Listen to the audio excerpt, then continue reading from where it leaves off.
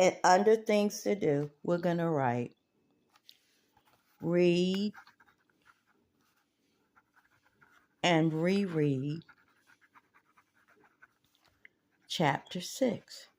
Most of us think we know chapter 6 because it was put into the Bible stories, because this is where Daniel gets tossed into the lion's den. But you have to understand, Daniel, you have to pinpoint and plot where his downfall was and how he appointed all of these people. He appointed 100 satraps over the kingdom, and then 3 administrators, including him, and then all the ones that had those extraordinary spirits and things about them, he added them back. The ones who advised them wrong, I believe, reread it behind me. And those kind of decisions kind of put Daniel in the lion's den. So it's good for you to have this when you're having your documentation here. So when you pull your paper together, you can look at the date if you want to take the time, and right here, make sure you put Daniel the chapter. And if you're doing a different version, with this one, we're doing the Military Bible, Christian Standard Bible, Holman, but we're using the Military Bible. And I'm going to write Holman right up here. Just write it right here. Holman version. And you can look at any version, and I always go back to Amplify. See how it takes only a minute to write it down, you guys? Then you'll have it. Then my scripture reference for the week was this way. It says, a fool gives full vent to his anger, but a wise person holds it in check. And that's Proverbs 29:11. And out of that chapter comes our standards of what we go by for the program and the teachings of Civically in Tune. But this is under Peace Valley Assembly, and we do it in coordination with Redeeming Love Fellowship. You know that. And all the other loved ones who have chosen to join with us. And yes, there are other comparable teachings out there. And so make sure that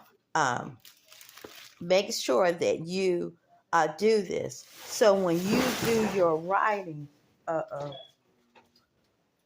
my bag just fell over. I get it. When you do your writing, you'll have your full documentation. And when you do your writing, you'll see you'll have everything in order. So I just wanted to bring that to your attention. So when you flip over to your planning calendar, see, you have all the dates circled that you're going to work on it. And yes, I do have right here, it's supposed to be the month of peace. It's September. So we have that focus at front.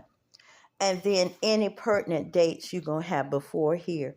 And you can just circle and you'll know to look in your work for those dates. And then you'll have all of that recorded. So I just wanted to bring that in. So, because when we do study, it's called inductive study. Okay? And we have all of that. It's just make sure you have that, okay? And this book right here, like I said, this little insert of a calendar will fit right into another notebook. You see? It'll fit right in there, and you can keep up with it easily. I see, and it's big enough to write out. And then in the back of it is a pocket. And then the list of things you have to do or things you need to name, diagrams you might have to draw, a space for it in there. Any pertinent notes, any books, any contacts, like any people that you're going to interview, your holiday times you might work and you have to do it on the holiday. So it's really a good thing for you to have right here as an insert, and it's wide enough. So, and out here, I always do the scripture reference right here of 29. Make sure you do that all the way through.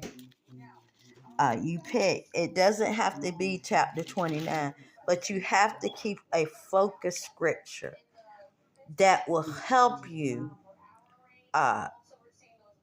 use the Bible as a textbook. Let me give you an example. Like this one right here. And I do have to hurry. My book bag just flipped over. So we're at 29. It says right here, like we can just choose one and pick one. It says, without revelation, people run wild, but one who follows divine instruction will be happy. Now, that is a good one to write. I would write that. And if you have one already for the week and you saw that one, you can go back to notes and write it. Or you have your big pages of your calendar or the note cards. I have 4x6 note cards that I write those extra ones on. And I'll write this one and post it for you, so you can have that one. Because remember, our goal is to use the Bible as a textbook and a guide for life.